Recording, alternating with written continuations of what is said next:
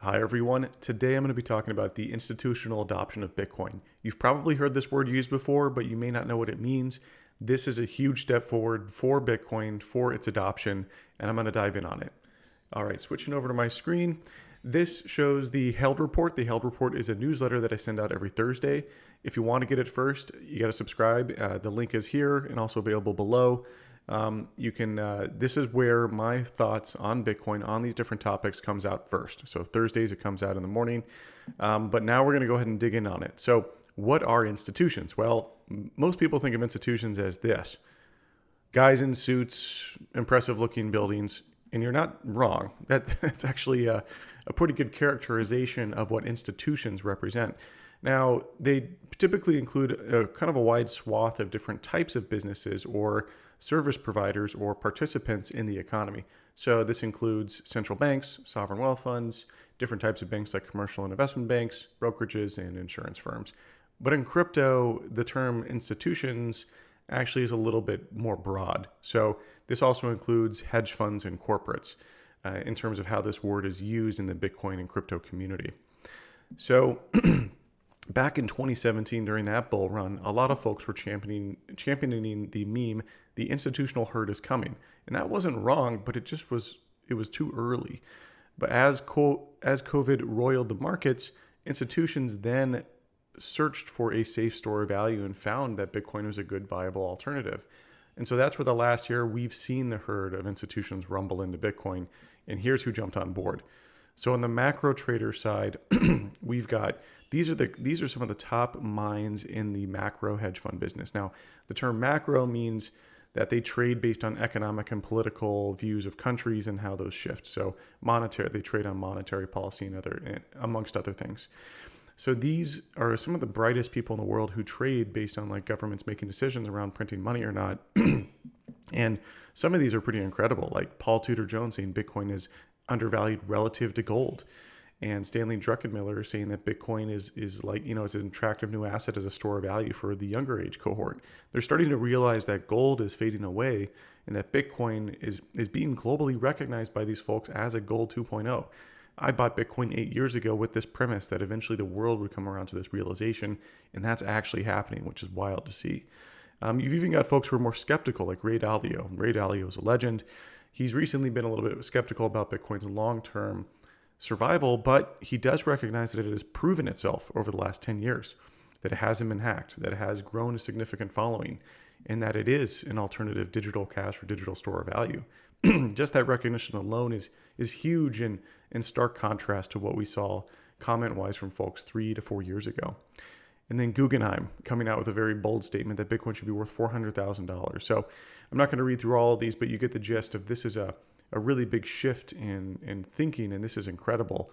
Now, investment banks. When most people think of banking, they think of investment banks, and these are the quintessential Wall Street types, right? This is what people envision Wall Street like I showed this image.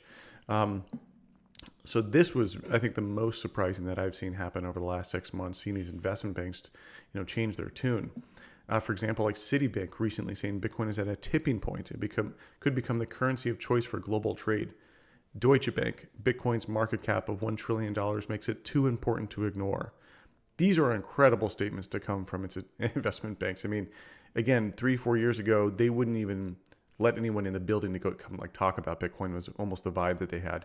I'm sure that they did, but this sort of gives you a perspective of how they treated it or how they treated Bitcoin back in the day. JP Morgan saying a 1% allocation actually makes sense just from a pure portfolio perspective. Jefferies cut their exposure from gold and put it into Bitcoin instead. I'm not going to go through all these, but these are incredible leaps forward in Bitcoin's perception in the world. And then finally, corporates. So you've probably heard about MicroStrategy putting $2.2 billion into Bitcoin. This is a website, by the way, that monitors all of the treasury balances of different Bitcoin companies, which is really, really cool to see. So we've seen MicroStrategy jump in and buy Bitcoin as a replacement of dollars or treasury T-bills or other safe stores of value. These corporates are now replacing that with Bitcoin instead. You've also got PayPal, who launched the ability to buy and sell Bitcoin, and they're really leaning in on providing more services for Bitcoiners. Same with Square. With the Cash App product, which has been around for 2 years, you can buy and sell crypto. And Square also bought Bitcoin and put it on their balance sheet. Tesla was a huge one. They bought $1.5 billion of Bitcoin. So each one of these, I think, represents a distinct shift, in the macro traders, investment banks, and corporates. These are huge monumental shifts in thinking from what we saw even as little as a year ago. So I'm highlighting this so people understand how important, and I'll get into how important the institutions are, but this is a huge distinct shift, which makes this bull run much different than the other ones. Now, this collage right here was put together by Documenting Bitcoin. I highly recommend everyone follow this account. It's a great account. They're really funny. They pull together all the top pieces of content in the space. He did a juxtaposition of their original perspective. These are investment banks and like Visa and other companies versus their new perspective. JP Morgan or Jamie Dimon calling Bitcoins a fraud. Now JP Morgan says Bitcoin could make sense as 1% of your portfolio. Morgan Stanley says Bitcoin's real value could be zero. Now Morgan Stanley becomes the first big bank to offer its wealthy clients access to Bitcoin funds, and so on and so forth, which I think is hilarious. Bitcoin hasn't changed at all. They've just come to realize Bitcoin's value.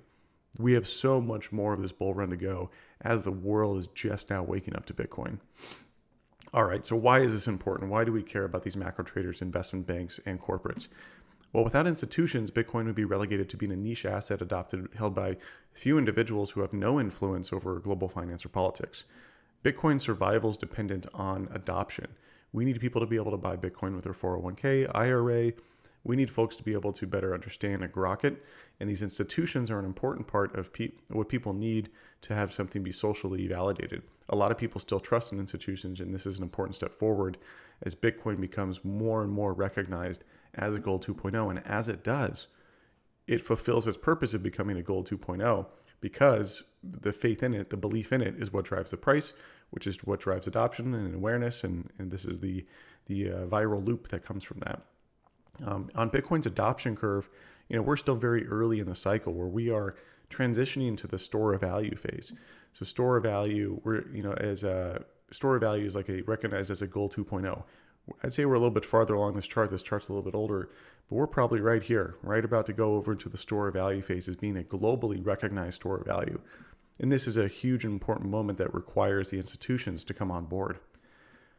Now, institutions manage over $100 trillion, and as some of that is now flowing into Bitcoin.